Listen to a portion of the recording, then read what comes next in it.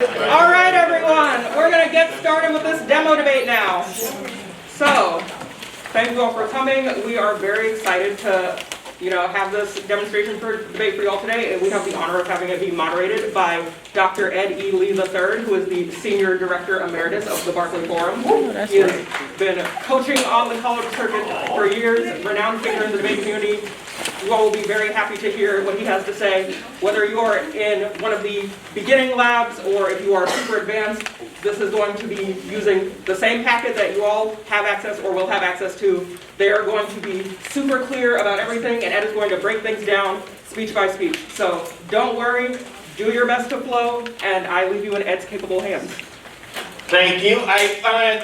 Thank you for being here. I'm excited to be here. I have been.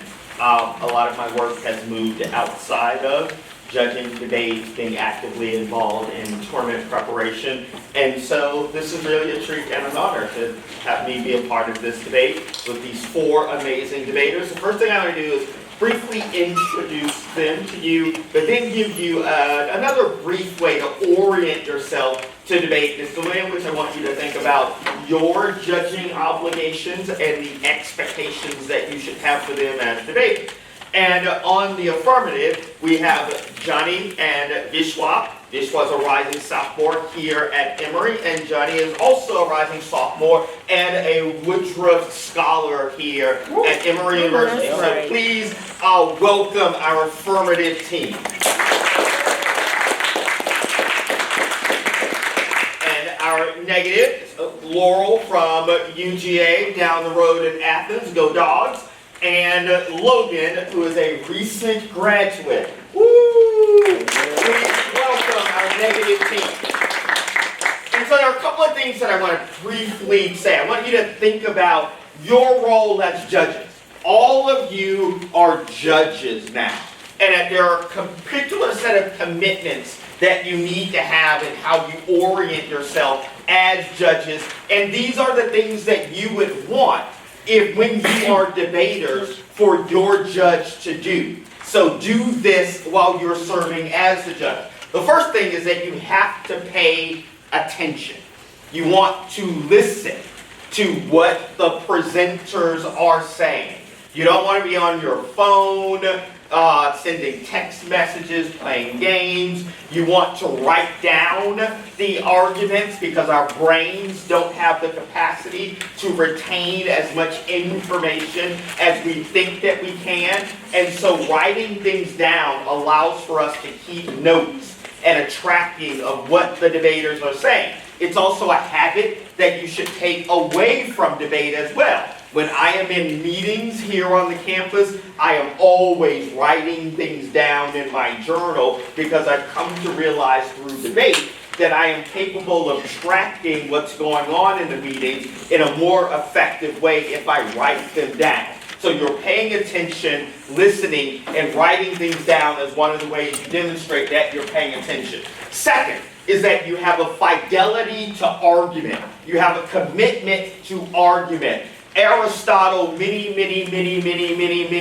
moons ago, argued that one of the ways that we could be great communicators is by combining ethos, logos, and pathos. How many of you are familiar with that sort of Aristotelian model? I knew that there would be brilliant people in the room. That ethos is a notion of character, that you're friendly, you're someone we want to be around. You show up and people gravitate towards you.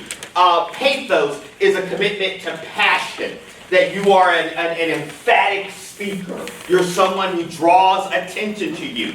Debate, what we are saying is, those things are valuable, but they're not how we're going to make a decision.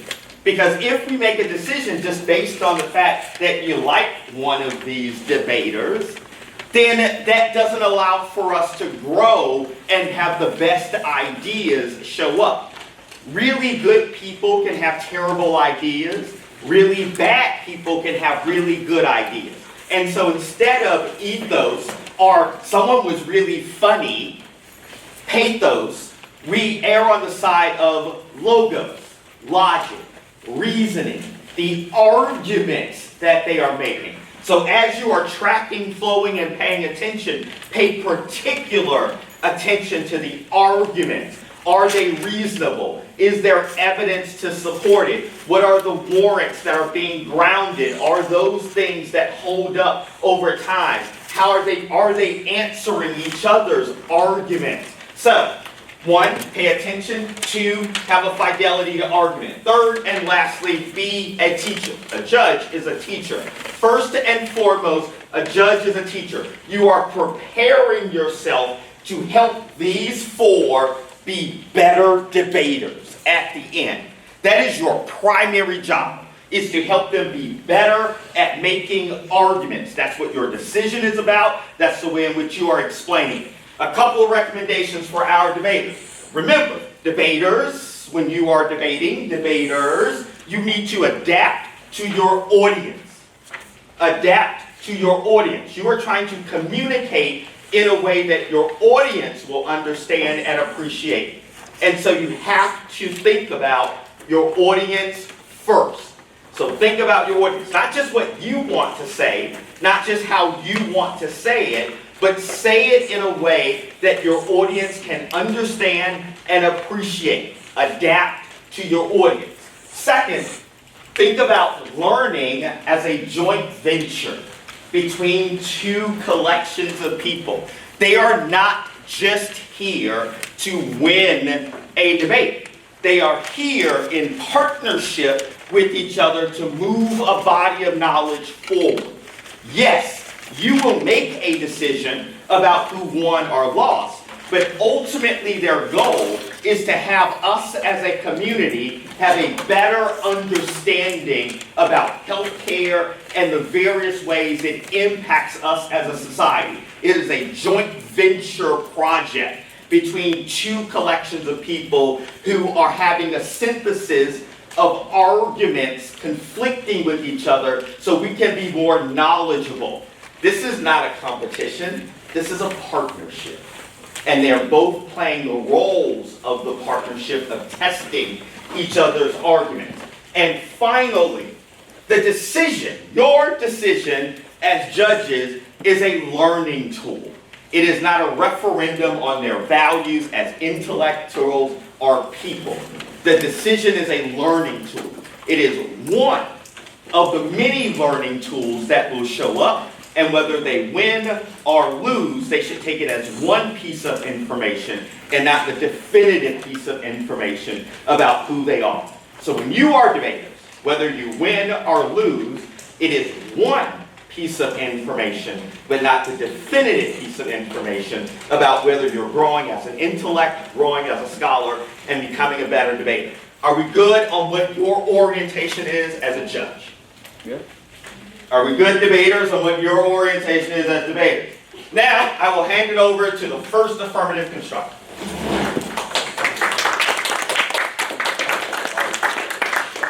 Two sheets, 2 advantages.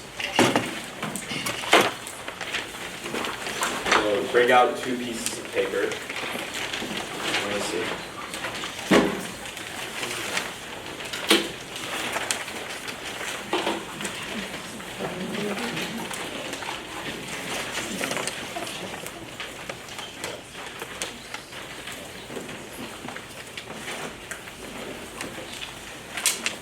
So we're good.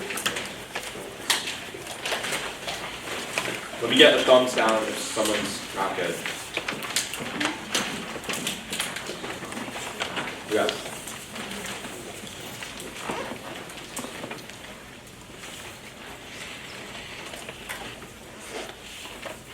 The United States federal government should establish single-payer national health insurance in the United States. Advantage 1 is coverage. The American health system is in shambles. Every year, thousands die from a lack of health care. Diani 24, around 68,000 people a year die because they don't have access to health care. Large numbers die from illnesses that can be treated. 62% of bankruptcies. Our medical people can have savings wiped out because of a medical emergency without warning. We're needlessly losing lives every day by keeping the things the way they are. Healthcare should be established as a basic right. Replacing our for-profit system would save tens of thousands of lives per year. The plan solves single-payer healthcare or Medicare for all would ensure free, comprehensive health coverage for every resident in the U.S. PNHP 18. Single-payer national health insurance, also known as Medicare for All, is a system in which a single public agency organizes healthcare financing. Under single-payer, all residents would be covered for all medically necessary services, including doctor preventive mental health, reproductive care, prescription drug, and medical supply costs. The program would be funded by combining current public funding with modest new taxes. Premiums would disappear, and 95% of households would save money. Patients would no longer face financial barriers to care and regain free choice of doctor and hospital. And single-payer healthcare is fundamental to pandemic preparedness, stopping disease spread through multiple mechanisms. Galvani et al. 22. Medicare for All would save lives during the pandemic. Underlying conditions would be reduced via access to care, financial barriers reduced and delayed care, adults would avoid seeking, removing obstacles can accelerate diagnosis, ensure prompt isolation, which in turn reduces transmission, geographic inequities exacerbated by fatality rates. Medicare for All addresses inequity, supports rural hospitals which serve uninsured patients, and reduces hospitalization, free capacity for care. Emergence of pathogens is becoming more frequent. Universal single-payer healthcare is fundamental to pandemic preparedness. And the United States is key. A disease originating in the U.S. can spread across the globe in 36 hours. Bunal et al. 19. 8 million people travel globally. 38.3 million people in the U.S. traveled overseas. Rapid movement means a communicable disease can be transported from a remote setting to cities on 6 continents within 36 hours. The U.S. is responsible for containing the spread of diseases. Otherwise, pandemics are existential and cause nuclear war. Wall 25. We face new pathogens from other species. Permafrost releases ancient or microorganisms or unknown undersea microfactors that exacerbate risk include warming, habitat destruction, famine, pollution. One threat is extinction plagues, killed 60%. Many more emerging diseases could cause pandemics. Rising antibiotic resistance necessitates prevention. Bioterror remains a concern. Actors mutate transmissible rogue agents, develop high efficiency delivery techniques. A lab accident could release a pathogen. These factors foster acceleration of multinational crisis and nuclear war. And future health coverage staves off bioterror attacks. Galvani et al. 25. Bioterror has drawn attention. COVID showed how bioterror might be dangerous. The role of hospitals is essential actions to mitigate bioterror, detect attacks, announce warnings, prevent spread, and treat performed in health facilities. Staff play a role in. And bioterrorism causes extinction. Taliban and acronym 23. Organisms are self-replicating. There's no limit to spread since bio breakthroughs enable scientists to efficiently manipulate systems. As technologies advance, the education and experience required are reduced. Online education of used equipment and lowering costs means de-skilling can be spread to unstable regions. Advances are dual use and have multiple applications, become factors that allow individuals to design a disease capable of existential harm. Such pathogen can disregard the relationship between lethality and transmissibility. Probability is approaching. Certainty bottlenecks could be overcome. The march of biotech suggests terrorists might be brandished an existential microbe. The second advantage.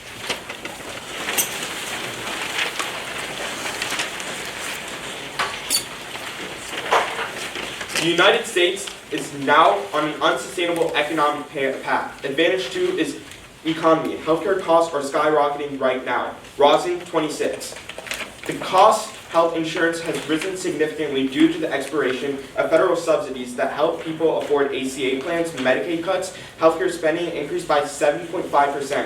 Health insurance covers are large scale. Younger adults drop coverage, leaves sicker individuals to shoulder higher premiums. It's less likely cancers or other conditions will be caught early. Health issues are more expensive to treat once they have progressed. And high healthcare costs imperil future economic growth. Mu 25.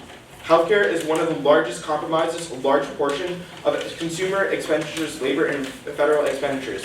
This means healthcare prices have an impact on macroeconomic outcomes. In reducing inflation, healthcare is obvious to target lowering inflation, unlocks future macroeconomic benefits, and boosts investments, ensuring the labor market remains strong, critical to creating productivity growth. Healthcare results in a head tax on employment that depresses wages. Reducing healthcare growth is a powerful way of reducing the federal budget deficit. If inflation falls, the Fed lowers rates, the cost of serving debt falls. Healthcare cost reductions are triple threat, lower inflation, lower interest rates, and lower debt machine.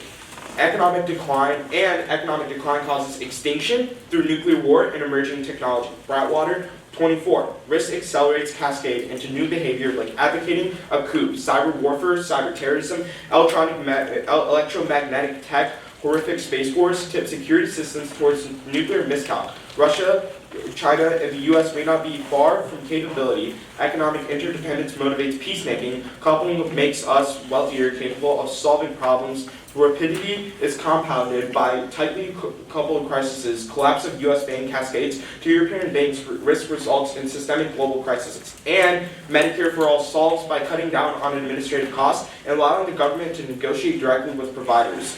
Floyd, 26.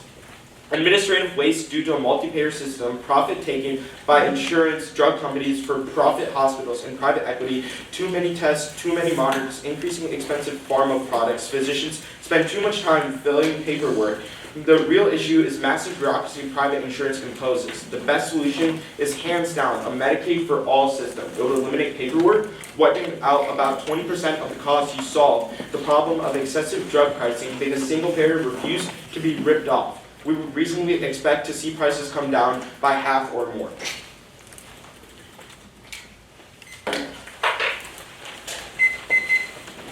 Video class? Okay. Good. I'm sure about my timer. Okay. Awesome. I want to talk about the Funnel 19 evidence that's tagged as like the U.S. is responsible for like global the U.S. is disease. The unhighlighted part of the card says the U.S. is responsible for containing imported diseases. I'm unsure about why containing imported diseases stops global pandemics. Yeah, so the argument is that these imported diseases, in order for them to actually spread in the first place, would require transit in forms like traveling. The main argument Funnel says is that every form of transit, or a majority of them as a result, usually go through the United States, so those imported diseases over the course of time would have to go through the United States, and therefore the U.S. would be the most responsible for spreading those diseases since the U.S. has those layovers in the first place. Okay, so I guess the bioterror scenario, the Gabami 25 card says that first of all says that COVID is an example of bioterror. I guess what's the warrant? No. The Gandhi card actually at the top says bioterror has drawn attention to COVID, and it's actually showed terrorists how they can use bioterror effects and bioterror attacks to cause danger to hospitals as a result. It's inspired terrorists to do bad things. Okay, I guess follow-up question on that. In this scenario, how would Medicare for All stop the spread of COVID? Medicare for All would stop the spread of COVID because we've made an argument that as a result, people would be more immune in the United States from being able to get COVID in the first place because of the way COVID transited into the United States through planes and stuff like that. So Medicare for All stops people from coming on planes? And No, Medicare for All makes people more immune to stop the diseases that go through planes. Our argument is not that we should get rid of planes, it's that we should be more immune to the diseases that come off planes in the first place. Okay, how does Medicare for All increase immunity to diseases? It allows people to have more access to the medicine that they need. We've made a systemic argument that the United States right now, and the way private insurance works, is built on profit incentives and not maximizing the utility of medicine. Okay, the econ advantage, I can move there. The 25 evidence says healthcare is a large sector of the economy. Yeah. The app deletes the private insurance part of that large sector of the economy. How does that fix econ decline? No, so the main thing we've contested is the idea that the private sector is productive. We said the private sector is bad, and we've said in order to make productive regimes based off economic inequality, and especially in healthcare, it requires us to be more productive and grow, and as a result, a single payer is good since it unlocks the investments that other private sectors could help. If we agree that corporations are bad or good as a whole, corporations would then invest in a single payer system, and that as a result would be more centralized and would allow us to combat inflationary risk. I guess quick clarifying question. Yeah. Are you saying private bad for like innovation or private bad to the economy broadly? We'll make arguments that like private firms are bad for innovation if you read the pharma dissent, but we think like private is bad. Sole private is bad for the economy. Okay. A couple of quick things. In these interludes, while they're taking a little prep time, I want to highlight something each time that I think was done well that you may want to emulate, but also have an engagement with you about this. I love the cross-examination strategy that Laurel is using of probing the evidence and trying to point to logical inconsistencies. Hopefully what you are hearing were not just questions about the evidence, but potential arguments that can be made about why the evidence is not supporting the logical leaps that the affirmative team would like us to make. So the questions are not just help me fill in my flow, but they are pointing to future arguments that can be compelling. But what I want you to do, I have some questions for you. What's the title of the first page of the affirmative? Coverage. So when you hear coverage, you want to take that sheet of paper because that's where the arguments will be made. What's the why is coverage important? What is the affirmative saying for why it is we want a single payer? What could happen that's terrible if we don't have a single payer? Jump in. A pandemic. We could have another pandemic if we don't have sufficient coverage. Or the impact could spread. What are the other reasons? There are some other things. Jump in, of course. Extinction. What causes extinction? Pandemics. So pandemics could cause an extinction, all right? It could also lead to nuclear war. What would cause nuclear war? Bioterrorism. Bioterrorism producing nuclear war. Are there some other things? Well, that's the second page. We'll get there in a second, but you're absolutely right. The economy collapse. One of the first things that they said was that 68,000 people could die. Do we not think that that is an impact, something that we should think about, be concerned about? So, I think it is. I don't know if it's necessarily as large as the others, but it could be something they want to talk about depending on some of the other arguments that are at play. Final question. What's the title of the second page? Economy. Economy. Why is the economy important? The economy is important because that's how we are able to trade goods and services and how society is run, basically. Okay, what's their argument for why how does health interact with the economy? High healthcare costs and negatively impact the economy. Okay, high healthcare costs decrease the economy. What's the reason why high healthcare costs have a negative impact on the economy? Here, and then we'll come here. Jump in. It's a massive sector of the economy. You got anything else for me? Okay.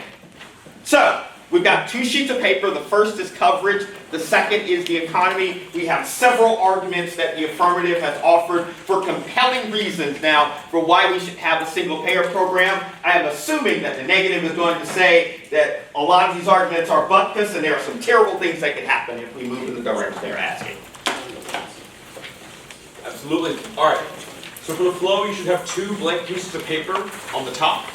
And then the order after that will be the coverage advantage and then the econ advantage. So if you want to label those two blank papers, it'll be pharma DA, midterms DA, coverage advantage, econ advantage. I'll give you a second to do that.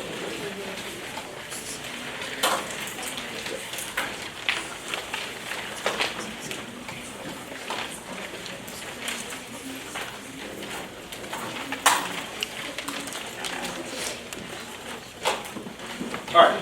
Is anybody not ready? Yes. Okay. 10 more seconds.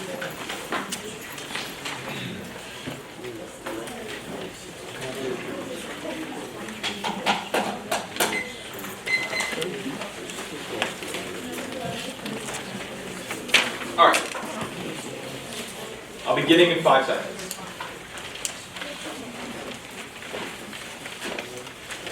First off is the pharma DA. Biopharma innovation is high now, relative all 26. Pharmaceutical breakthroughs enable companies to treat diseases that lack effective options today. AI-driven R&D, synthetic biology are just a few advances that hold greater promise. Biopharma venture investment rebounding sharply signals renewed confidence in innovation. Advances are unlocking new therapeutic modalities. A new era is underway. And switching to single payer crushes pharma revenue, impeding the development pipeline of biotech innovation. Garthwaite 25. Changes in product quantity under a single payer leverage buyer power in the farm market. Canadian consumers pay 54% less. A larger single payer can extract lower prices because of its willingness to walk away. Exercising its buying power will impact the producer's future global profits, reducing the incentives to develop new products.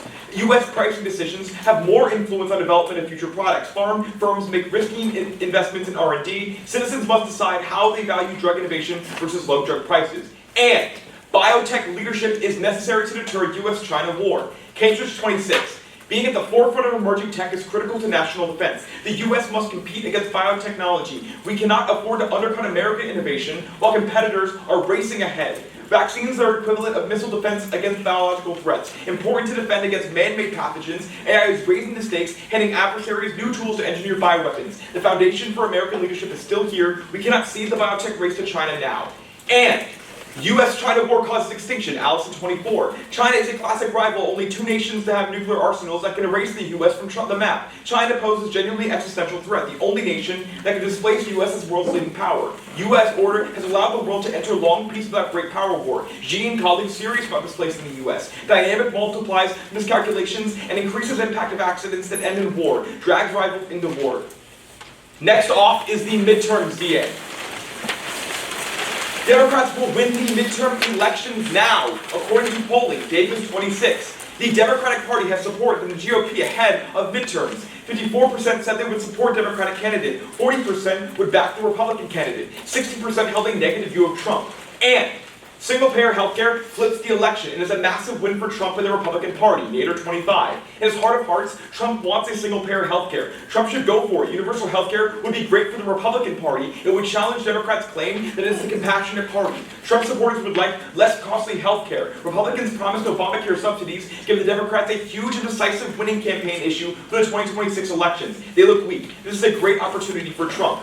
And a Democratic win in the midterm solves climate action. Jackson 25. We want a healthy planet, air, water, and climate. Trump's action shows he's doubling down, rolled back countless regs that preserve, pulled out of international conflicts. Congress cheered him on. Dem slams the brakes, block rollback regs, reinstating safeguards, reprotect lands. Appropriations can boost solar and wind climate adaptation, bring global leadership on climate change. 2026 is our chance to correct course. And unchecked climate change causes extinction. O'Hardy 25. Unprecedented acceleration of global temp result in flooding, famines, and loss of biodiversity. Positive feedback and tipping points result in self-perpetuating change. Recent model predicted 8 Celsius rise bring about extinction or civilizational collapse. Climate change exacerbate other global threats. Now, on to the coverage advantage. First, single payer causes rationing and reduces quality of care. Pham and Moffitt 18. The NHS burdens physicians with a suffocating environment that strips autonomy. Half report low morale. The most cited reasons were lack of autonomy and workloads. The system forces shortcuts when there are not enough doctors. Coverage does very little. Takeover would be disastrous. Nationalizing would exacerbate burnout. Second, insurance alone can't achieve universal health coverage. Brooks et al. 24. Accessing care provided by insurance can be complicated. Barriers of time and cost difficult to overcome. Understanding which is available, scheduling an appointment, become difficult if you live somewhere rural, or disadvantaged people have less time to use health care. Access remains limited. Third, no disease solvency. The act can't solve diseases originating outside of the U.S. Fourth, single-payer health care can't solve pandemics. Tanner 20. The most egregious errors have been made by government organizations, from FDA to CDC to FEMA, while breakthroughs originated in the private. Socialized healthcare systems have been overwhelmed, if not more so. Some countries with government-run healthcare have reported higher mortality. Medicare for All would require reduction in reimbursements, leading to fewer doctors, nurses, and hospital beds. Medicare for All would not have spared us the next pandemic. Fifth, no disease impact, genetic diversity. Vermeer 25. A pathogen unlikely to be extinction event. Pathogens might be limited by human heterogeneity. Genetic traits confer resistance or immunity. Even if a single pathogen could be highly lethal, sufficient numbers would survive. 6. No bioterror impact. Blum and Newman 20. Failure. Chicago's water, food in Oregon, no one died. No toxin was produced. Most serious attempt fatality was the hamster. Technical challenges. Large-scale attack needs to be isolated and disseminated. Isolating requires experience, perfect conditions. No agents can be weaponized. Hard to find, isolate, spread. Not contagious. Countries are prepared. Now, onto the economy advantage. First, econ growth is strong but fragile, 4-26. Econ growth picked up businesses invested in AI. GDP rose at 2% annually rate. Consumer spending rose at 1.6% pace. Americans shelled out more on services. Analysts saw spending as solid. Adopting single payer crushes the economy, causing recession. Verbois 18. M4A supporters ignore real cost. If you finance through taxes, the more you earn, the more you pay. It reasons enough to work less and add less to the economy. Investors shut down production and move overseas. Revenue reduced econ output by several times the purported savings. Even if savings materialize, submerged beneath greater losses of wages, interest, dividends, and profits. Borrowing would reduce the economy by 10%. The program's financing imposed heavy costs on Americans, reductions in unemployment, income growth, innovation, entrepreneurship, and mobility. Second, single payer isn't necessary. Healthcare costs are slowing now, to 0.26. National healthcare spending isn't as bad. Spending was only 18% of GDP. Slowdown is unprecedented historically. The US decelerated unsustainable trajectory with tech and price reductions. Healthcare technology has become more likely to save money over time. Medications prevent acute events and surgeries performed more cheaply. AI is limiting care to those who really need it. Third, economic decline doesn't cause war. It's empirically and theoretically inaccurate. Walt 20. Not economic conditions impact war. US suffered 40, yet fought 20, unrelated to the economy. Leaders avoid war when long, bloody, costly, uncertain. No matter economic, leaders will not go to war unless quick, cheap, and with success. Motivation is security, not economic. Every war started as preventative, not conquest. COVID not affect war. Fourth, inequality doesn't cause institutional collapse. Edwards and Bourne 19. Wealthy are not homogenous. Track the rest, they are not followed by policymakers who need votes for money. Lower, middle, and higher income are similar. Empirics show preferences do not differ. On 80%, majorities all agree. The rich were not favored in legislation. Do not find less income means less representation. Findings have more to do with party than with income.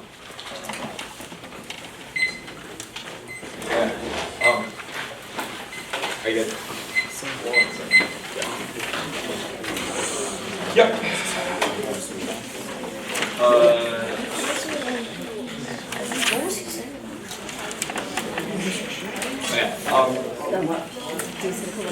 Yeah. We're doing the second cross-section. Okay. First question, why is biotech leadership, not other forms of leadership like AI or other tech? Why is biotech specifically needed to deter China?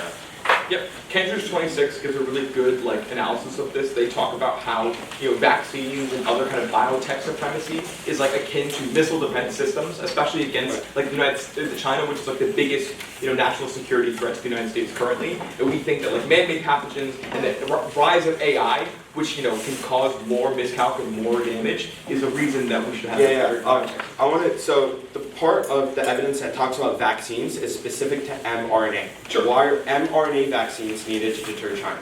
Yeah, absolutely. Right. So we're talking about defense against biological threats. Right. So we're saying that China right now, through the current geopolitical kind of tension, would have an attack with biological agents. I want to question you about that biological threat factor. Sure. You've said biological threats exist. Why does this mean there's not an impact of bioterrorism? Right, so we're talking about the raising stakes of AI that leads to miscalc and leads to further damage, right? Okay. So it's a futural argument. Okay, so if we agree that it's about the raising stakes of AI, why isn't AI leadership more important than biotech?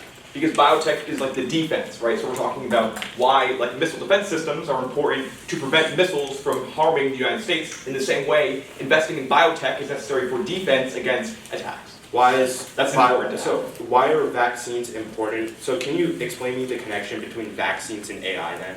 Yeah, absolutely, right? So we're talking how right now China is a risk because of the use of AI, which hands over tools to engineer bioweapons. So having better biotech leadership means that we have better defense against that research. We agree that China's a risk because of AI. Why isn't AI leadership then more important?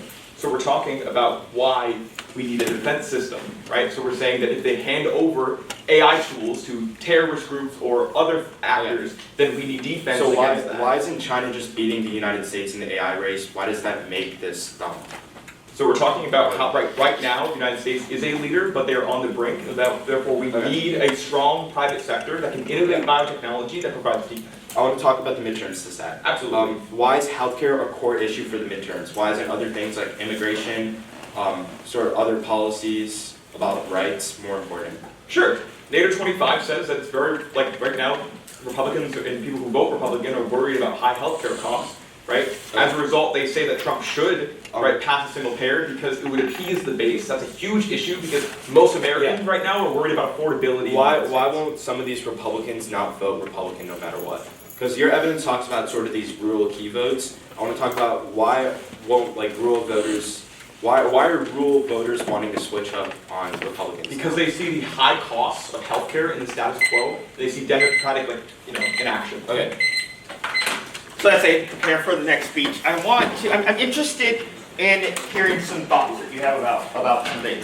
There's a large part of this cross-examination was about artificial intelligence, AI, and yet artificial intelligence, AI, wasn't mentioned in the speech.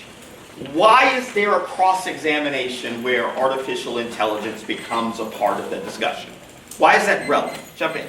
Because one of the next arguments is that we need to win biotech leadership. Okay. But if their evidence is bringing up AI, then why wouldn't AI be more important than biotech? Outstanding. So one of the major claims that the negative is making is that if the United States' pharma industry goes down, then our biotech leadership would take a hit. And if we are not leaders in biotechnology, then that could create competition between the United States and China in a major sector of the economy, and that competition could lead to war. This cross-examination is one that says, hey, there are other really important industries that the United States could potentially lose at, like artificial intelligence. The automotive sector, I listened to a podcast this morning about how China is dominating international markets in the automotive sector. And if those are important, then the affirmative can't really do anything, or the negative, we can't, that competition is inevitable, so the affirmative is not responsible for a conflict that happens. Right? Are we getting that? So that's the last thing that I want to say before we have our next speech. Is that arguments are not just cards. Arguments are not just reading cards. Cards can contain argument, but an argument, a claim that has some data that support it, can be made without evidence. One of the arguments that I really appreciated that was made was that we have a really big world. Diseases can start in other parts of the world and spread into the United States. COVID-19, anybody? And that if that is the case, then just doing healthcare in the United States doesn't address the major sets of concerns that you have. They didn't read a piece of evidence about that. They just made a logical, consistent argument that I think the affirmative will have to address and treat it as importantly as if there was a card that was read. So be willing to make logical, compelling, analytical arguments. I hope that we're going to hear some conversations about the economy and other things that's impacting the economy now, vis-a-vis the importance of healthcare costs that doesn't really need evidence because the world knows that there are other things impacting the economy. All right, so do you need a little more prep time, or are we ready for? Ready to go? Please, thank you.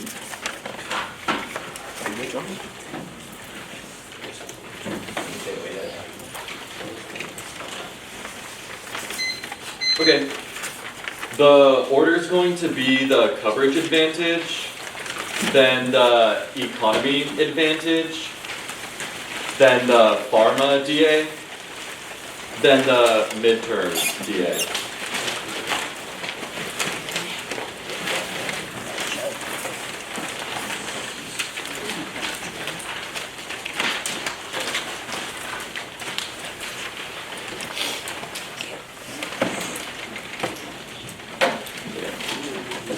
Is anyone not ready for the 2AC?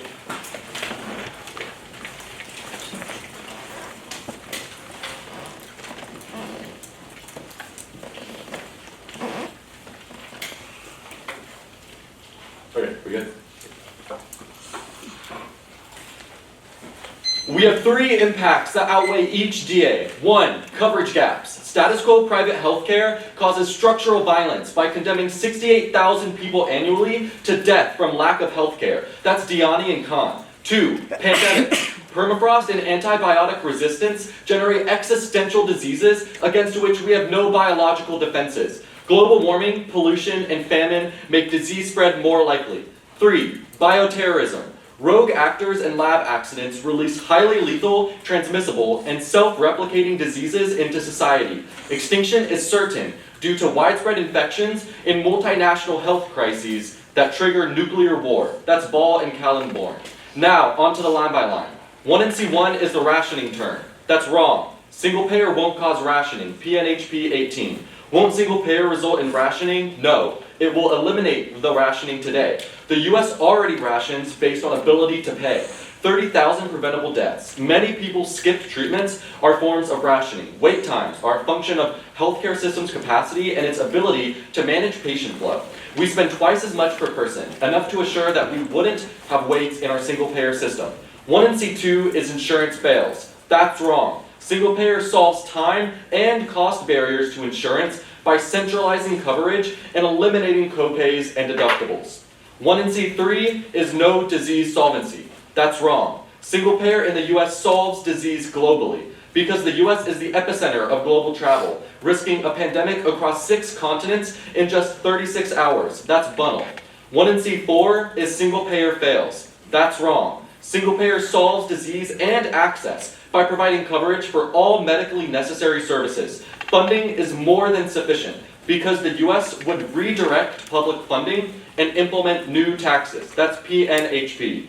1NC5 is no disease impact. That's wrong. Their Vermeer evidence doesn't assume new pathogens emerging from permafrost melting and antibiotic resistance, which circumvent immunity and possess long incubation periods that overwhelm the virulence lethality trade-off.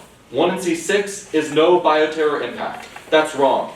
Their Blum evidence cites bioterror attacks from the 1980s, which doesn't assume recent developments in online education and lab equipment that make existential pathogens easy to manufacture. That's Kallenborn. Next is the economy advantage. Economic decline causes extinction. Dwindling trade relationships lower the barriers to escalation, emboldening Russia and China to deploy cyber, electromagnetic, and space technologies that incentivize nuclear use. That's Braithwaite. Inequality also causes extinction. Elite capture of institutions thwarts the provision of public goods, magnifying every crisis, including nuclear war, climate change, and AI misalignment. That's Dahl. Now onto the line by line. 1NC1 is the econ term. Several answers. 1. High healthcare costs make slow growth structurally inevitable, so single payer is key. That's Mui and Fior. 2. A recession is inevitable now. Daniels et al. 26. Recessions are inevitable with certainty at any time. US experience one every 7 years. Popping of a bubble such as real estate, equities, AI, and unexpected loss of confidence. A shock could be caused by policy, fiscal or monetary. Error trying to manage stagflation, failure of institutions as in 2008, loss of confidence in the Fed, decline in the dollar, underlying structural risks. 3. Single payer acts as an economic stimulus that helps the economy recover from a recession. Dudzik, 20.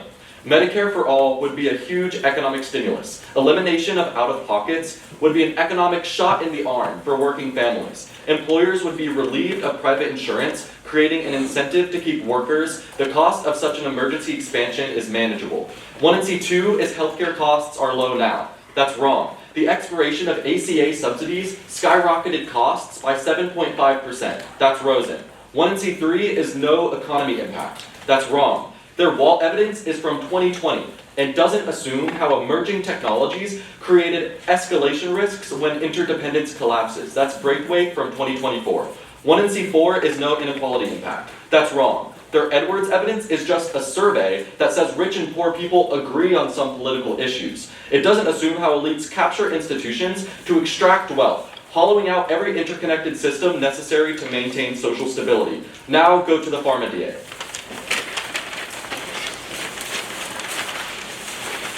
One, no link. Single payer won't hurt medical innovation. PNHP 18. Won't a publicly funded finance system stifle medical research? No. Most research is publicly funded already through the NIH. Many advances have come from single payer. Nations, private firms enter only after the public paid for development. Pharmaceutical companies spend 2.5 times on marketing and administration. 2, pharmaceutical profits aren't key to breakthroughs. MSF 19. Big Pharma exaggerates the cost of R&D of new medicines to justify their high pricing. Credible estimates are 10 times lower. Corporations free ride off public research at government and university laboratories. Pharma industry is poor at innovation. 2/3 of new drugs are no better than what we already have, developing me too drugs. 3, the US alone isn't key to pharmaceutical research. Other countries could simply develop medicine. 4, the US is behind China on biotech. That's hard. US biotech is losing ground to China. China will absolutely be the leader a lot sooner than it should have been. Real innovation is coming out of the East. 5, no US-China war. Thornton 20.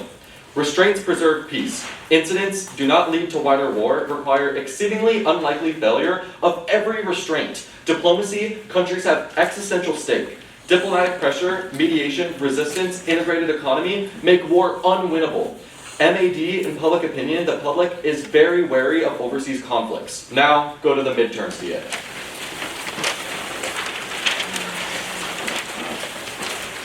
One, other issues outweigh. Bragg 26. Trump won with immigration, foreign policy, economy. 4 in 10 approve, support drops sharply across several areas. The president is losing public support. Only 38% approve of immigration, 57% disapproval in Venezuela, 56% believe Trump has gone too far. Trump is widely unpopular. More than half believe the economy is worse off. 2, single payer is unpopular. Horowitz and Kessler 19. Support for M4A has fallen 17 points. M4A requires Americans to pay more. Swing voters say Medicare for all are bad ideas. 3, the US alone can't solve climate change. Other countries like China and India are key. 4, no climate change impact. Lombard 25. Wrong, warming is existential. Repeated and nauseum, but untrue. Show with best peer-reviewed data and numbers. Good evidence, people killed in climate-related disasters declined precipitously. Risk per person dropped more than 99%. Better forecasting protects citizens, mean tech and adaptation entirely swamp its impact.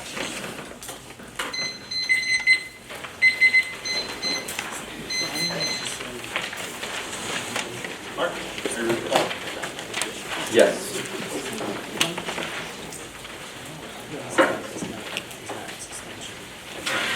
All right. Starting time. Let's go on the econ turn and let's read the 3 charts that you read. So I have a question, right? So what happens, or what does it mean that a single payer system would only temporarily relieve employers in an economic recession? The single payer wouldn't just temporarily relieve employers by eliminating the cost of private insurance. It would reduce the cost that employers have to pay permanently. Okay, so let's talk about recession, right? So are you saying that eliminating all of the private sector of healthcare would only be a risk of a recession? The act doesn't delete the entire private sector of healthcare. There would still be private hospitals, but it just means that there would be only one payer of insurance. But you still would be eliminating all the insurance companies and the coverage that those people have right now, correct? Private insurance companies, yeah. Okay, awesome. All right, let's go to the econ advantage more broadly. So how does emerging tech escalate risks according to your breakaway evidence? So the argument is that there are other causal factors that could lead to conflict, and that conflict would be uniquely bad right now because of the presence of emerging tech. Yeah, but what tech and how does that lead to extinction? Do you want to know the causal factors that cause conflict to occur, or why those specific technologies are dangerous? Yeah, right. So if you read a card that says emerging tech now is going to risk escalation, so what tech specifically? It's not that emerging tech risks escalation, it's that economic decline risks escalation. And the breakaway evidence gives 2 causal pathways. The first is that it causes internal domestic turmoil. The card like specifically says advocating a coup, which would be bad and cause instability. And the second is that it collapses trade relationships, and interdependence is key to prevent conflict because countries that trade together don't go to war with each other. Okay, sure. So let's go to the pharma DA for a second. So you read this HARP 26 card that says that like, the US is behind China on biotech. Can you give me the warrant for why this author says that or how? Yeah, at the end of the HARP, evidence that says real innovation is coming out of the East, and the text before that. What does that mean? Is what I'm kind of Yeah. So like before that, what it's saying is that China in previous decades had, sluggish growth and was like falling behind the US, but then there's been increasing development in the past few decades, specifically when it comes to innovation, that has allowed them to come past the US. But how does that prove that the US is behind China now? Because China has had structural increases in their innovation capacity that our evidence says has exceeded the US's capacity. Okay. Let's go to the midterms, DA, for a second. So you read this card that talks about, so how did all your evidence about it being like unfavorable factor in like the new Trump presidency, right? Because you read a card from 2018? 2019, but the thing is, the same problems that were occurring in 2019 and that were politically salient are the same problems that are important now. In fact, this is something that you explained in 1C Cross-Ex, that one of the biggest concerns is cost, but there are other things, the cost of, gas, the cost of other things that like Trump has caused that outweigh healthcare. Awesome. As we are preparing for the next speech, I want you to go back to, what was the first piece of paper that Johnny asked us to take out? Coverage. So let's talk about the first thing that was said.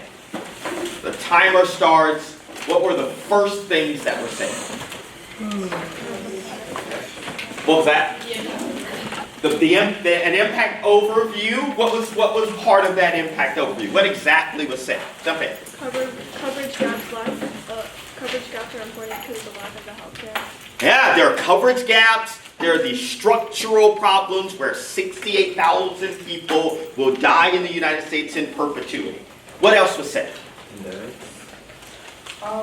the impact of the year, we just talked about like health pandemics, biotourism, and disease spread will lead to Okay. Pandemics and diseases, and you were saying something, my friend. Jump in.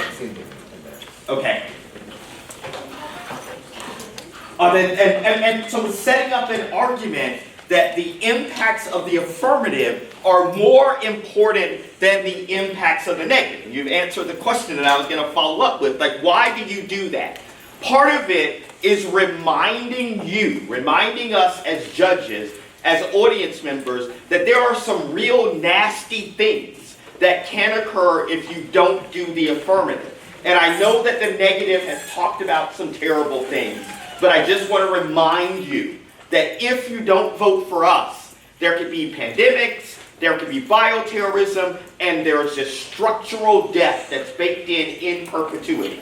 So what you want to do is constantly remind your audience and the judge the impacts that you think you are winning and why they should care about your side. All right, yeah.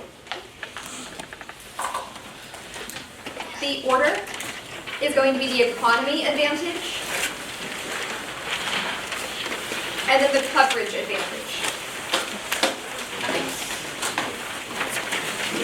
Hey, what? I judge these things.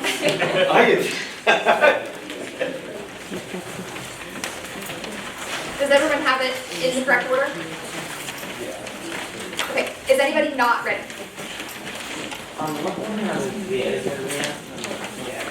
Those will be in the next speech, maybe. But in this speech, it is just coverage and then the economy. Econ and then coverage. Econ then coverage. Sorry about that. So the other speeches, the other pages could make their way in future speeches. No worries. Okay, is anybody not ready? Awesome. Extend 1C1. Single payer destroys the economy. It outweighs and makes their advantage offense for us. 1C Graboya says people work less, investors shut down production, total revenue loss is catastrophic, and crushes the economy. It outweighs on time frame. Investor portfolios in the stock market collapse the economy far sooner than any small savings from individual healthcare payments. They said a couple of things. Group the first two responses. Slow growth and recession inevitable, but the economy is actually thriving now. 1NC Tory says GDP is rising, businesses are investing, and spending is up. Their evidence in the 2AC does not say that a recession is soon, which means that you should prefer our evidence. Plus, their evidence is written by a politician who has incentives to overstate econ decline to secure votes. Our evidence is written by an expert in economic analysis. And the economy is holding up well. That's Colton 26. Economy has held up well despite shocks. Fitch anticipates only a slight downturn. Surging investment boosts consumption, offset the impact of tariffs. Consumption growth slow as labor weaknesses, but the deficit is widening. We forecast growth revised up. They say single payer acts as economic stimulus, but the 2AC evidence is about temporary emergency expansion of Medicare, which is not the plan. The plan deletes the economy. Will identify more warrants. 1. Monopolization. Creating a government monopoly increases healthcare costs. That's Epstein 19. Medicare for All proposes a government takeover over the entire healthcare system. Government's lack of accountability for costs and performance. Medicare for All will collapse under its own weight. No price constraints, no fees or deductibles. The price tag will range between $25 and $40 trillion. Establish an unresponsive state monopoly. In the absence of reliable information, government will compress salaries. The best doctors will seek work elsewhere or retire. 2. Stock losses. It drains trillions from the stock market. That's Epstein 19. Private healthcare cover 156 million people. To ban private insurance will wreak havoc on the economy. Trillions of dollars drained from the stock market and from private pension plans, endowments, and the savings of ordinary citizens. Shareholders cannot count on compensation. 3. Tax hikes. Those kill the economy. Epstein 19. How will this new government monstrosity be financed? Taxes will trade activity from New York to foreign financial centers, undercut capital markets as fewer transactions means lower capital yields, fewer investments, lower salaries, and lower tax revenues. The fiscal drain will destabilize the entire economy. That's Baker 25. Financing would necessitate vast revenue. Taxes may not cover new outlays, which lead to debt and interest.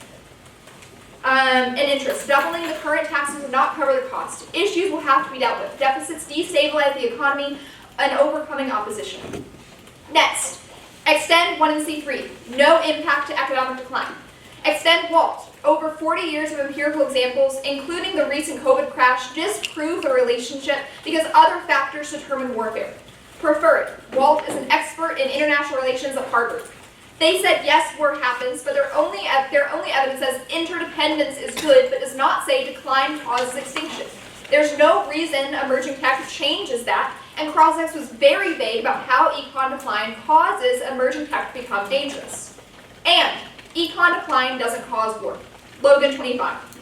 The public view conflict as a waste. Realistic predicted a declining state should act less aggressively. Poor economics would constrain belligerence. Elites demand reallocation to domestic. There is substantial empirical evidence U.S. incumbents are punished for use of force when the economy is bad. Next, extend 1NC4. No impact inequality. Edwards and Bourne says it doesn't affect policy outcomes in legislatures, and policy preferences are consistent across incomes in over 80% of cases. They said our evidence is only a study, but that's a reason to prefer our evidence because only we are citing empirics and rigorous analysis. There's no impact. That's Gen 25. Society's resilient system can be resilient when bad, enable inclusive governance, less hierarchy, and more egalitarian societies. Adaptation to inequality, collapse is less of a problem. History seldom sees brutality at that scale. Instead, we erase deaths and live more egalitarian lives. The coverage advantage.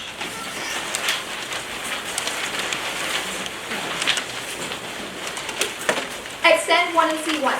Single payer fails and creates rationing of care. Extend FAM and Moffitt. National health care empirically decreases morale, creates shortages, and reduces coverage. They said no rationing, but the PNPH evidence is wrong. It says spending more money means less wait time than single payer. But government spending cannot solve because it's a question of staffing and quality. Prefer our evidence. It's written by a doctor with extensive experience in the medical field, research, and only we cite empirics. And basic economic theory makes trade-offs inevitable. That's Moffitt 20. If healthcare is free, demand is unlimited. Demand must collide with supply. This means decisions are inevitably bureaucratic, not medical. Rationing is inevitable. There will be denials. Canadians have the longest wait times. And immunity to market signals causes misallocation. That's Moffat 20. In the absence of a market, officials control spending. In financing, systems adopt a cap, which results in waiting lists and price controls. That results in shortages. Next, extend 1C6, no impact to disease. 1C Vermeer says pathogens are limited by inevitable human immunity. Even if a disease were lethal, populations globally would survive. They said there's new pathogens, but their evidence is speculative and cites hundreds of examples of diseases that obviously did not cause extinction. That proves humanity is always able to adapt. And isolation and evolution prevent extinction. That's Vermeer 25. Evolution altered characteristics, dominated by less lethal strains. Selection resulted in resistance. Lethal pathogens kill hosts, limiting transmission. Less virulent strains spread. When there's a reservoir exists, diffusion is not sufficient and must reach every community, uncontacted tribes, regions humans would isolate. Further, disease will not cause war or any other existential effects. That's Fodor 20. Pathogen drive humanity to extinction. Highest fatality is the Ebola virus. It's unclear whether rates sustained outside of the environment. Pathogen would need to lead to the deaths of 99.999% of the population. War seems unlikely. Pathogen would impair the ability to wage war. It's unclear why a nuclear exchange would follow. Pathogen would have to be infectious. Long incubation survive a wide range of conditions, dangerous to a wide range of genes. Pathogens which are virulent, have short incubation, easier to quarantine, extreme proprieties makes it very unlikely.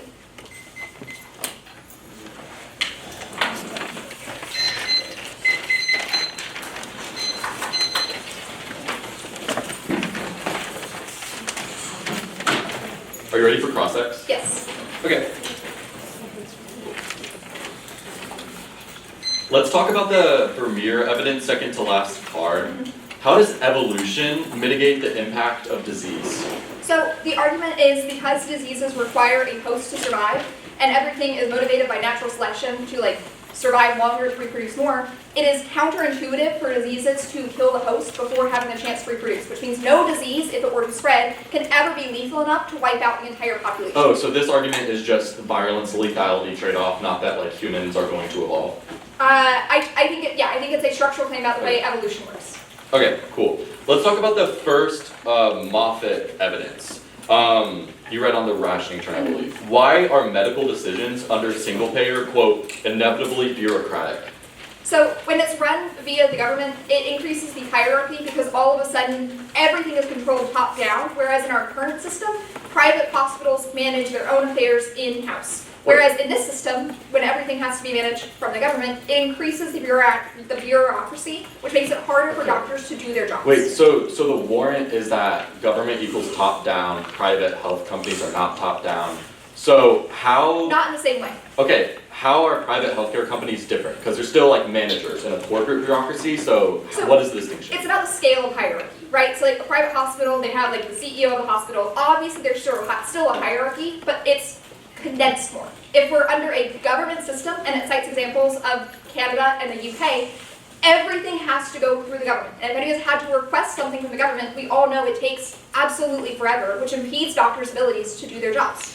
Okay, interesting. Let's talk about the Colt 26 evidence on the econ turn.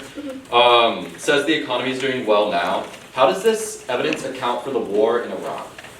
So the Colt 26 evidence, post-dates some of the stuff that we were doing in Iran, but it assumes that, and it is looking at the current economic trends that says we still should expect an increase in GDP, etc. It's specifically looking at investor spending in the U.S. economy, which is going up regardless of anything happening internationally.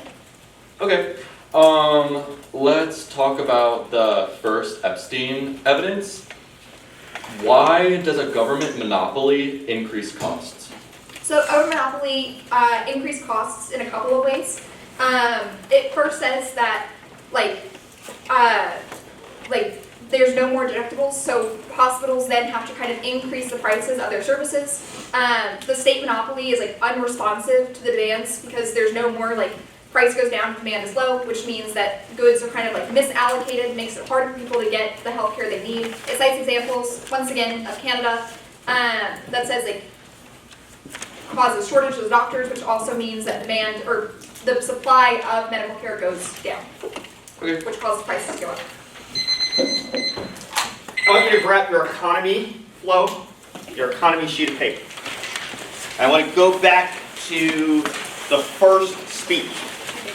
And the first speech that we heard in the debate, we thought that it was presented that the economy is an advantage for having a single payer system. It would save the economy from these significant healthcare costs that slows down growth, and slow growth increases the possibilities for conflicts in the world. Are we all in agreement about that first speech and the way in which we thought about the economy? Mhm. How does Laurel think about the economy in the speech that she just gave? The economy's doing good now. What was that? The economy's doing good right now. The economy is doing good right now, But it's fragile. but it's fragile.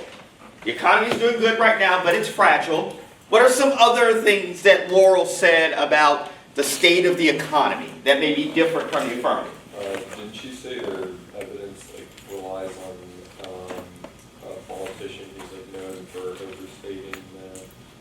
Yeah, there was a comparative argument. I thought that was brilliant. I loved the couple of times where there were comparative claims about whether or not you should prefer one set of evidence over the other. At one point it was, we have medical experts versus you having politicians. We have evidence by doctors, you don't. Those comparative arguments are really good, and you should think about that. There are some other arguments.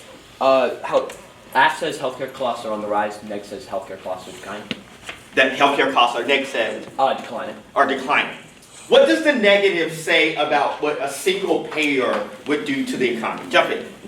It's saying that a single payer would cause business to go down, which would eventually lead to the stock market crashing and Yeah. the economy going down. Yeah, good, good. What else? She said the plan harms the economy because it monopolizes the government and causes stock losses and tax rates. Oh my gosh, yes. So, the first jump in. Taxes, here. So, the affirmative first says, look, healthcare costs are really high and they're going to slow down growth and that's going to hurt the economy. Laurel, starting in the first speech, but significantly in her speech says, oh, I'm sorry, my friend, you got the direction of this completely wrong. That if we do a single payer system, not only will it encourage people to work less and it would decrease production and productivity in the economy that slows growth, but it would create economic mini-monopolies and that reduces innovation, but it also crushes the stock market and causes taxes to go up, and all of that would devastate the economy. So, Laurel is saying, you thought the economy was an advantage for you, but in fact, it is a disadvantage for you. So they don't just have to win their off-case disadvantage arguments now. They could win the debate by just saying, you destroyed the economy and you said the economy was really important. But Laurel also gave the affirmative some outs if they chose to, and we may want to talk about that later. What an R? We're ready? Yep. All right. Cool. So the order will be the midterm DA and then the pharma DA.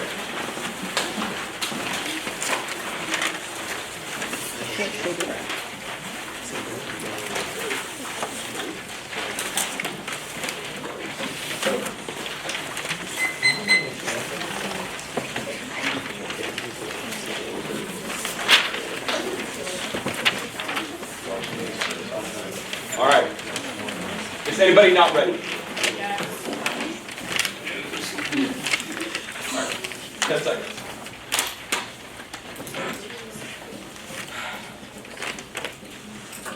All right.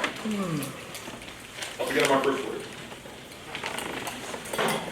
On the midterms, DA, we are not going for it. We concede that climate change doesn't cause extinction. We don't need this to win the debate. They don't read deterrent, so they gain no offense. Now, on to the pharma DA.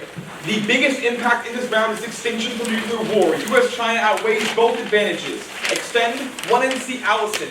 War with China is an existential threat from nuclear wars and miscount that are guaranteed if US and China enter a conflict over biotech supremacy. The plan will force the US to fall behind in biotech through price controls that destroys pharma revenue and innovations. Turns the coverage advantage. US leadership in biotech is a prerequisite to developing new medicine and tech essential for solving diseases and preventing pandemics. Without robust medical innovations, every existential threat is magnified, which will lead to more pandemics and diseases. Turns the growth advantage. The farm industry is a key sector of the US economy, responsible for 1 million jobs and billions of dollars of US GDP. A collapse of this industry would destroy the US economy and cause more suffering, which multiplies the risk of conflict with other nations. Now, onto the line by line. 2AC1 was that single payer doesn't destroy innovation because it's mostly publicly funded, but that's wrong. We say single payer kills pharmaceutical innovation. Extend Garthwaite 25.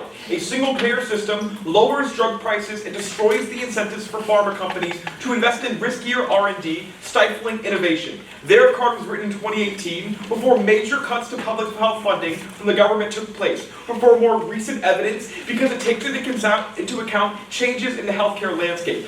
And empirical research disproves the public sector alone solving innovation. Schulthis et al. 2022. While each sector makes contributions, the study refutes the false maxim that the public sector is solely responsible for all new innovations. Consistent with peer-reviewed journals, policymakers espouse the position that denies the role of the private sector. Second, 2AC2 was pharma profits aren't key to breakthroughs because they rely on public research, but we think this is wrong. Extend Rotz et al. 26. It shows the pharma industry has a significant role in healthcare and increased biopharma investment now signals greater confidence in innovation. And pharma is key to biotech innovation. Pharma profits fund basic research. Rubio 24. Collaborations between pharma and biotech beneficial for both parties. Combined resources. Biotech pharma companies have extensive financial resources. Biotech firms benefit from commercialization of their partners, ensuring breakthrough discovery reach the market. Financial resources help biotech firms accelerate research.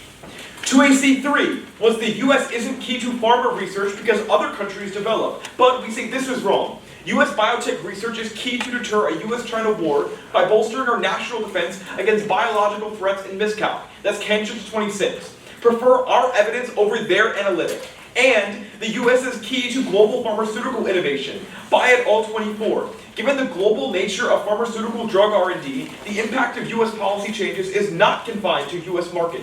US policies impact investment decisions.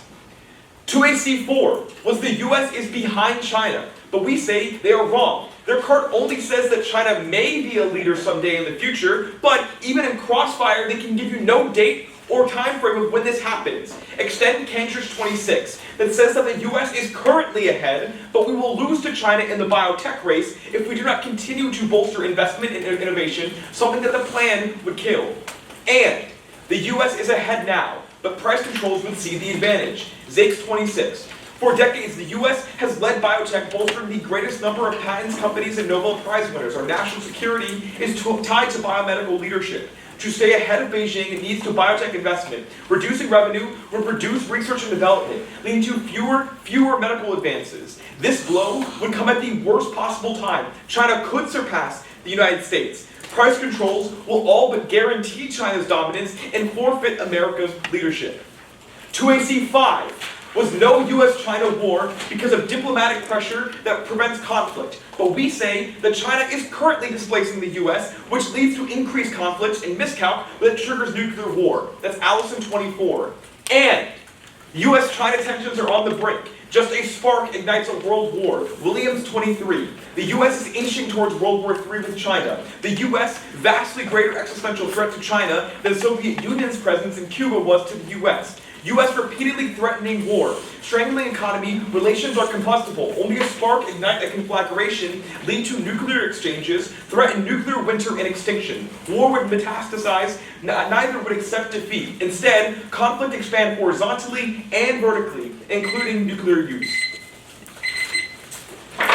Alright, with that negative block, let's go to your midterms page. Take your midterm sheet of paper, go back to that sheet of paper.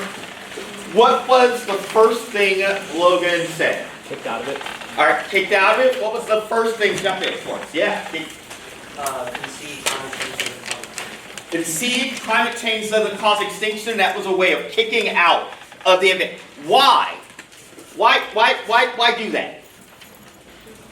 They didn't want to continue reading it, or they knew it was completely answered.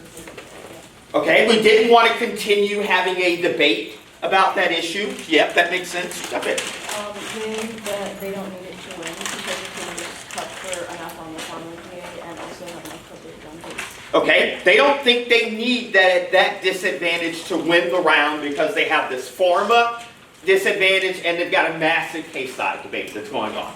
Is there another reason why they did that?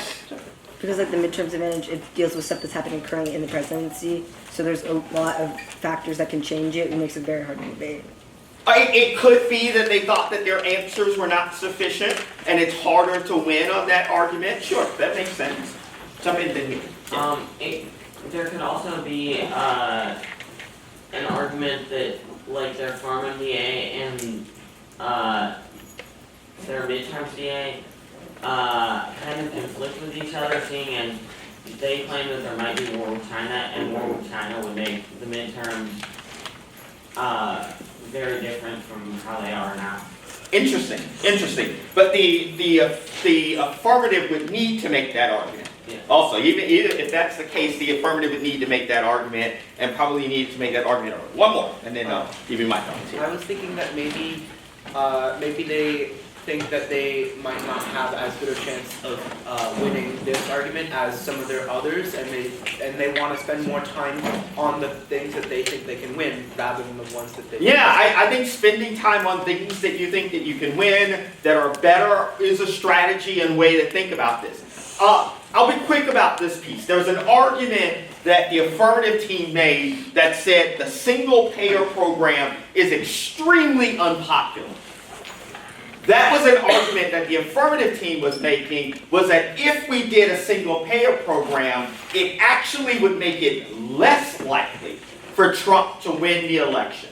And so doing something unpopular makes it more likely that Democrats would win. And so the midterms is actually an advantage for the affirmative and not a disadvantage. Much like on the case, the negative is saying the economy is a disadvantage for you.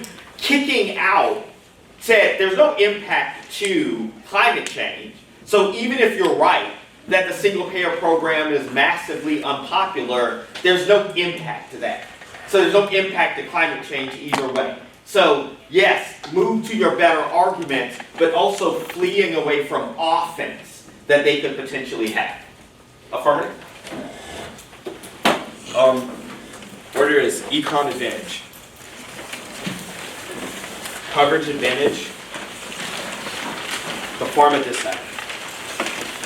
So I want you to think about some things that are going here. I think definitively this is the most difficult speech in a debate, that it comes after the negative has spoken for a significant amount of time, and the affirmative has a much smaller amount of time, and the 2AR can only use the argument that the 1AR extends. So this speech is really important and really difficult, and there needs to be some critical decisions that are made. And so pay attention to the kinds of choices that are made for the arguments that are extended and are not extended. Okay. Anyone need the order again? Okay. The econ advantage, the coverage advantage, the pharma DA. Okay. Thumbs down. Anyone not ready? Okay.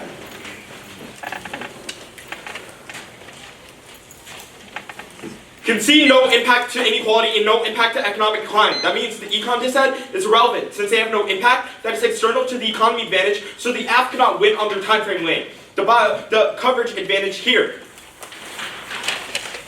The bloc has dropped our bioterrorism impact. A world where terrorists have access to bioweapons allows the development of deadly weapons. that human adaptation and immune systems cannot stop, since our 1AC acronym evidence says that scientists are able to manipulate systems and create a level of existential harm that dooms humanity forever. Thankfully, the plan solves because a single-payer system provides health coverage, since origami evidence says that hospitals take, quote, essential actions to mitigate bioterror attacks. You know this causes extinction because the bloc dropped it, and in a world where you don't vote affirmative, we are all guaranteed to die because bioterrorists will cause attacks on the United States. Cross-application of impact defense from diseases is irrelevant, since that is about current pathogens, but that have human evolution, which is not responsive to the breakthrough that bioterrorists have with their scientists that they take right now, since they understand how human biology works and decide to develop off that and find sneaky ways to affect humans. The only thing they can get this out of is the rationing turn. It makes 0 sense. Remember, this is a case turn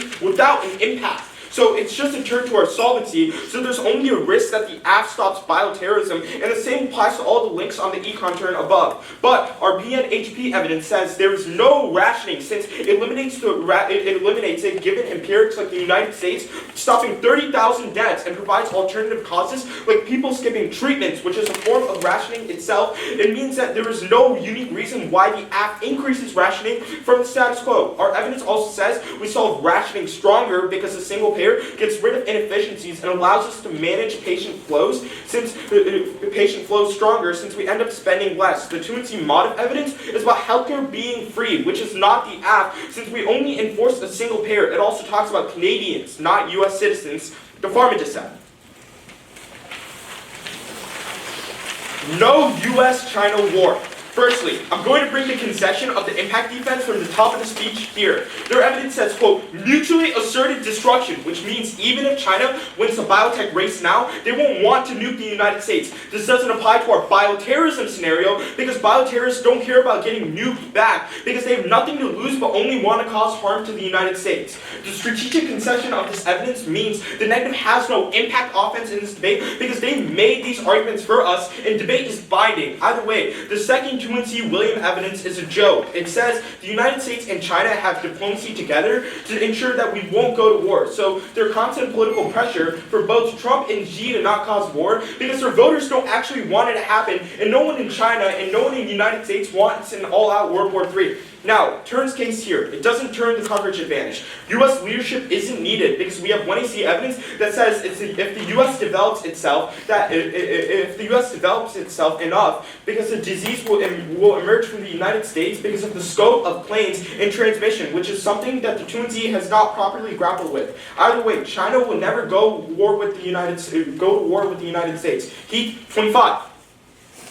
Evidence PLMA unprepared for war, commanders no training, leaders shown little interest in war, leaders who believe war desirable demand the military be ready. No speeches, no evidence, the country is mobilizing, made no planning, theoretical strategies, but our abstract research to support specific missions does not exist. Now, I'm going to extend that to 2AC3. Pharmaceutical profits aren't key to innovation, or 2AC2. Pharmaceutical profits aren't key to innovation. Our MSF evidence says that Big Pharma exaggerates the cost of research because it allows them to have higher profits, but in reality it costs 10 times lower than expected. Our evidence also says that the pharma industry is poor at innovation, since they focus on drugs that are easy to market and then sell drugs that actually have breakthroughs in the first place. The 2C Rubio evidence, it's a swing and miss. It talks about extensive financial resources, but we have 1AC evidence that says the true intent of corporations are built on the system violence and allows us to exploit the lower class. So commercial firms only have an incentive to sell to customers, not innovate. Now, I'm going to bring up some parts of cross-examination that are threatening for the disadvantage. They said China is threatening war right now because of AI advancements and AI leadership. That is a double bind. Either AI innovation is key and the disadvantage has no internal link, or China is inevitably kicking our butt in AI innovation and neither the disadvantage or the plan stops it.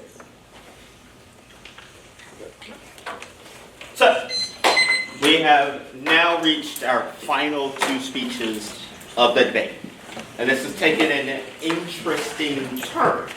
That one of the things that you noticed at the beginning of the 1NR, there was an argument, it was like, look, we are no longer talking about climate change. That disadvantage goes away. Midterm is no longer an issue. The 1AR said, I know that we said the economy was an advantage, and that we were going to forward that as a reason for the single payer. But we will concede some arguments that Laurel made that says inequality isn't important and economic downturns don't cause war. And so there's no impact to whether the single payer actually causes growth or slows growth. And that has focused the debate. I thought the 2MC was really good on the case side debate. Like, I thought that this conversation about the economy and why single payer can devastate the economy was one of the stronger positions that they had. But she also didn't want to make Hedge go all in on those arguments, so made some defensive arguments about the economy. The 1AR says, I will concede those defensive arguments, so all of your reasons for why it hurts the economy goes away. So now we have a debate that is bioterror versus a pharmaceutical development disadvantage. And that those are the reasons that are offered. The final thing that I'll say here, I think that debate is a game of time management. I think that debate is a game of time management. We can zoom out and think about that, about how much time you spend on preparing for your debates. How do you balance your commitments of preparing for debate tournaments versus school versus your chores that you have at home? A game of time management at sort of a macro level. But I also think within the context of every debate, it is a game of time management. I thought that it was the correct way to move in this debate for Viswat to say, we are not going for this economy advantage. I don't want to answer all of these reasons for why we hurt the economy, and instead it would be better for us to not spend time on that advantage so that we could spend time on the other advantage, but also reducing the value and quality of the disadvantage. So while Laurel spent, I don't know, 4.5 minutes on the economy advantage, the 1AR spends 30 seconds on that advantage. Time management. Time management. So think about it. It's not, they may think that they are just totally right about the economy. But the amount of time they would have to spend winning that they are right may not be the best investment to convince you, the audience, that they have won the debate. It's a game of time management. Logan did the exact same thing in the 1NR. Remember? Logan didn't go for both disadvantages. Decided, I'm not going to go for the midterm so I can spend more time on my pharma disadvantage and win that is bigger and more important. Managing time and allocation of speech time. I really do think that ultimately debate is a game of time management. The team that does the best at managing time, not spending time on things that aren't important, spending more time on things that are important, whether in the macro or the micro level, outside of debates, within the debate, is the team that will do better and win. So, I don't know if Laurel is ready. Okay, we're up. The final negative speech. Second hardest speech in the debate, in my opinion.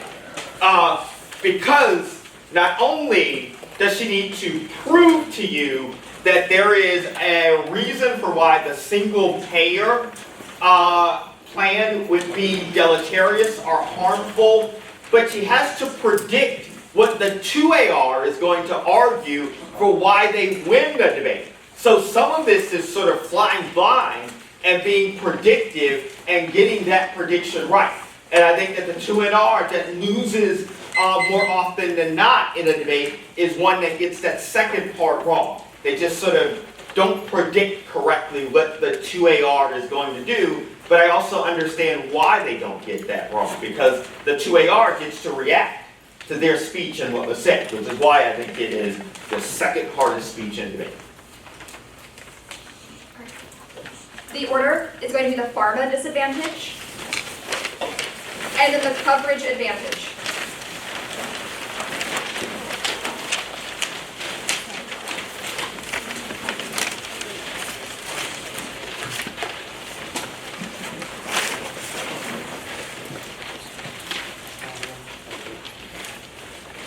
Is anybody not ready? Awesome. Good. Okay. Vote negative on the pharma disadvantage. It outweighs. The risk of bioterror is fake. The 2AR is going to try and convince you that not only do disorganized, loosely affiliated terrorist groups currently have the advanced scientific capabilities to develop pathogens, but deliver them too. Their evidence does not say this. Our evidence does say a war with China is imminent unless we maintain tech supremacy. That's the Cantrip evidence. You should prioritize avoiding short-term threats because there's always a chance tech breakthroughs solve their impacts a decade from now, but only voting neg can avert a war tomorrow.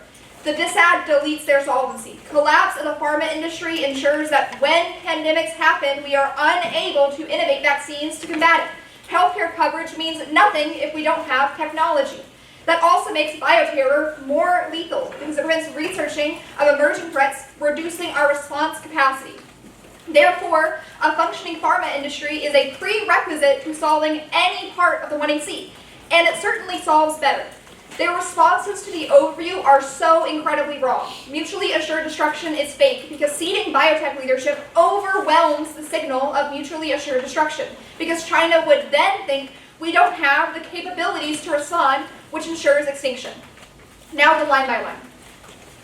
2AC2 is wrong. Frame it through uniqueness. The pharma industry has been functioning for a century without any incident. That's the ROTS 26 evidence. The MSF evidence says the public sector is key to research. But 1NC Garthwaite says that the private sector is critical because only profit motives can effectively track demand signals and motivate companies to innovate. And it solves better than the government because the app hands over vaccine research to RFK Jr., who doesn't even believe in vaccines, which means that government control is way worse than the status quo. The Rubio ENDI is also wrong. It's empirically disproven because the private sector created and successfully distributed the COVID vaccine sooner than any country with universal health care. Prefer our evidence. Their evidence is a random columnist, but Garthwaite is a professor at Northwestern University. The last thing they extended was no U.S.-China war, but it's wrong. Extend the Cantrip evidence. Their Thornton evidence assumes that the status quo is true. Obviously, we're not going to war with China right now because we have said that we are ahead in biotech.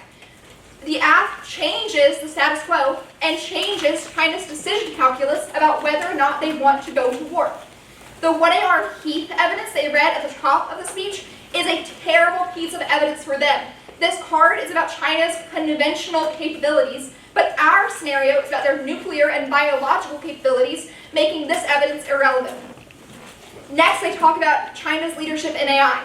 That's also irrelevant to our scenario because our scenario says that biotech is the unique key and is the last line of defense against China. So talking about AI just proves our claim that China is a threat but does nothing to help the affirmative. The coverage advantage.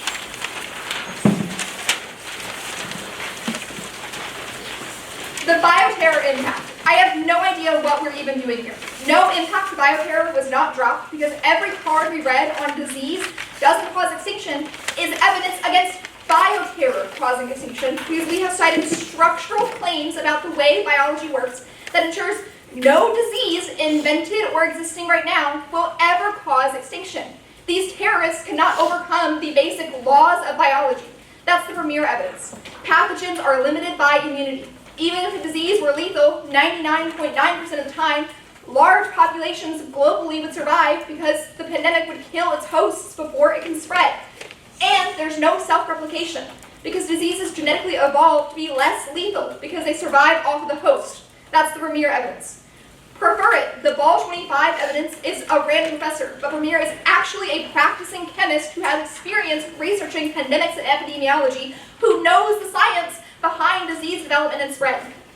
Further, there's no risk of escalation as a result of a bioterror attack. The 2NC Fodder 20 evidence was dropped by the 1NR, but it says that believing a nuclear exchange would follow a bioterror attack or the release of a pandemic is actual science fiction. It's very unlikely because it is a massively disproportionate response, which means there's a super easy negative ballot that says the pharma industry collapses as a result of the affirmative, which outweighs the science fiction speculative risk of bioterror. So we have our final negative speech. Well, while we're preparing for the 2AR, there are a couple of things I want to point out, not just from an argumentative perspective, but there are some things that I thought were done in this speech that was just totally sweet. And that as someone who hasn't judged for a while, thinking back to judging, the things that I thought made it really easy to sort of make some decisions were when the affirmative or the negative did some things that I think that Laurel did in the speech. First was, here's the comparison between the evidence. You don't need to read the evidence. I'm telling you how to read the evidence, and I'm telling you that our evidence is better than their evidence. I'm assuming the 2AR is going to say no, they have a different read than we do about our evidence, that no, our evidence is not science fiction, it actually has some support that's there. But this claim, this argument that's made that, look, we have chemists, we have scientists who are writing our evidence, you should err on the side of that versus speculative fiction, is something that makes it easier for the judge to make a decision. The other thing that happened at the top of the debate was just really high-level impact debating. There's this argument that's made that says that, look, if we have a robust pharmaceutical industry, then we are able to do some things that will stop diseases from spreading in the long term, and we're able to do some things that mitigate the impact of a bioterror attack. So if you vote for the disadvantage and the negative, the risk of the affirmative is not nearly as great as they claim. So it's not a forced choice between pharmaceutical and bioterror. It actually, voting for the pharmaceutical industry allows for us to deal with bioterrorism as well. That is some high-level debating about the ways in which things interact with each other, but that's the kind of argumentation you want to engage in. You want to tell the judge how to sequence arguments, how do they interact with each other. And so, I don't know if we need more time. I will concede that you probably could have guessed this. I was a one in. I did the 2NR and the 1AR, and that probably colors some of the way in which I think about the difficulties of these speeches. I was not a fan favorite of the 2AR. I tended to think that they kind of distorted what I said and lied all the time after I gave the 2NR. But the 2AR is in a really valuable place because they're speaking last. And there are ways in which the mind thinks that we remember fondly the things that we heard last. So there's a bit of recency bias, and the best 2ARs take advantage of that kind of structural bias that we have in reasoning. So I'm assuming that we're going to hear a lot about things and a coloring of the world that is very different from what you heard in the 2NR, and taking advantage of the ability for us to say, I heard this last, so that seems more compelling. Okay. The order is going to be the coverage advantage. Then it's going to be the pharma DA.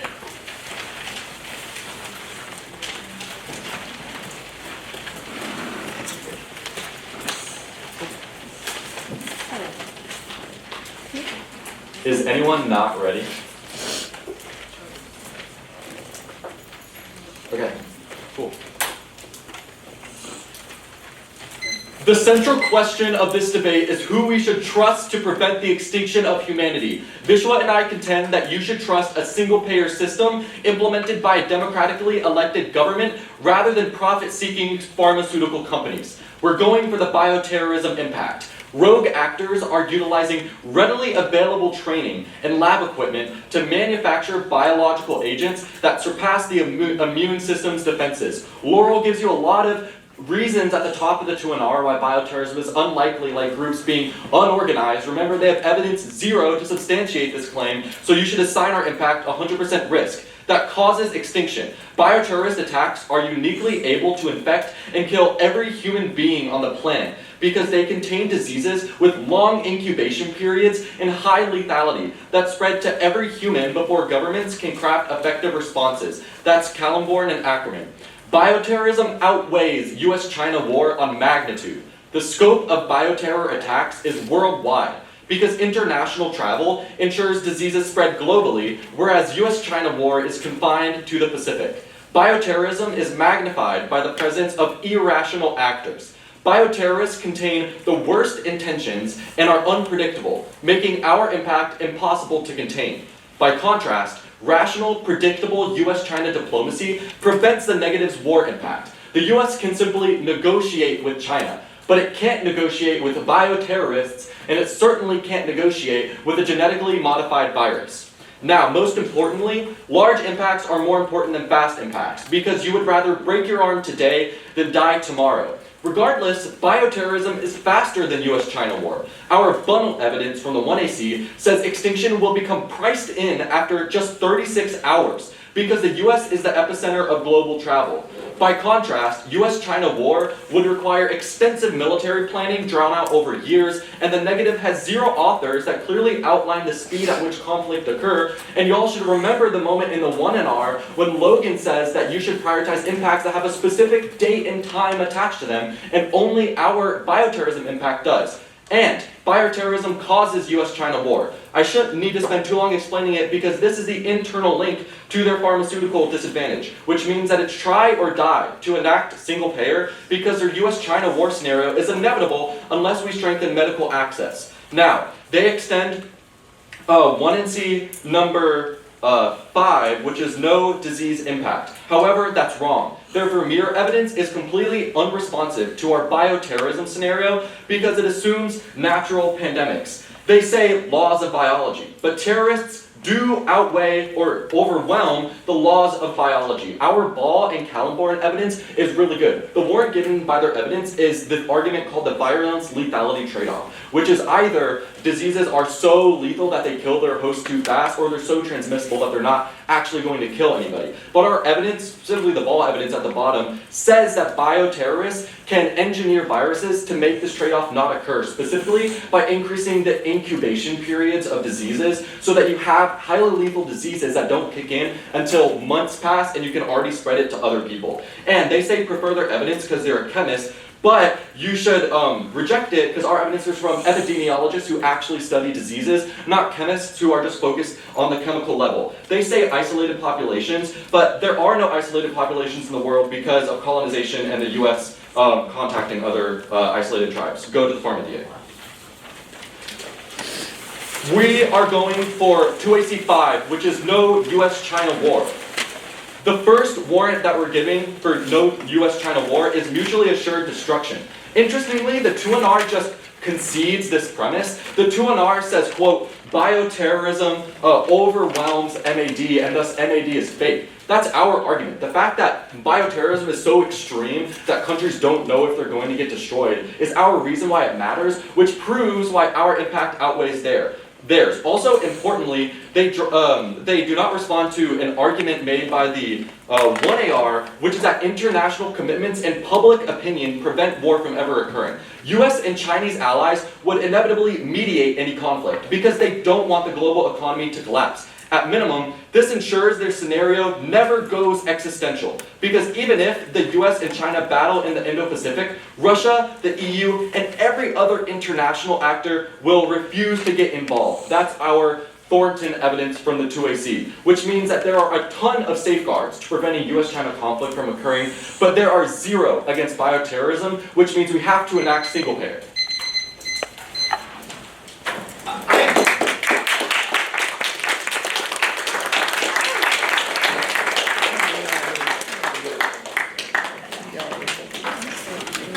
Couple things before you make your decision that I want to speak to, and I'll be briefly about this, and then we can debrief after you make your decision. I love this framing of profit maximizing, profit seeking industries doing what is in the best interest of society versus democratic elected governments that are implementing a single payer system. I think that is an interesting frame to think about who would be more responsive to these sets of concerns.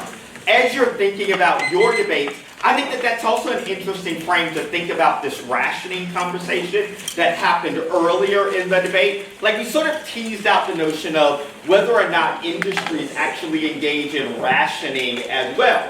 There are certain medical access that we have. There are certain technologies that we invest in versus in others that we have Wegovy and GLP-1 drugs that deal with overweight issues, but we don't have a bunch of medical technology for river blindness that occurs in much poorer countries, in developing countries. And many people argue that diseases of poverty will never be dealt with by a profit-making and profit-incentivized industry, and that's why you need governmental actors to stand in and stand up to address these issues. So private enterprising industries versus governments is an interesting way to frame this. The other thing that I'll say here before you make your decision, and this did not show up in this debate, but it is an example of why I think the Twin R is really difficult and the way in which this could unfold.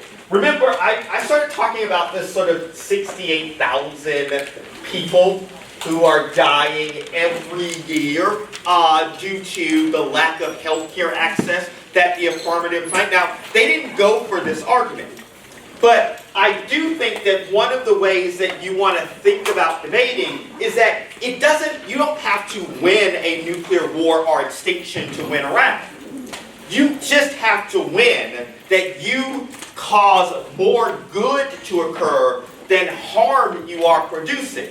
That you could have this 68,000 people and that's baked in as an impact that if you vote for the affirmative that you get.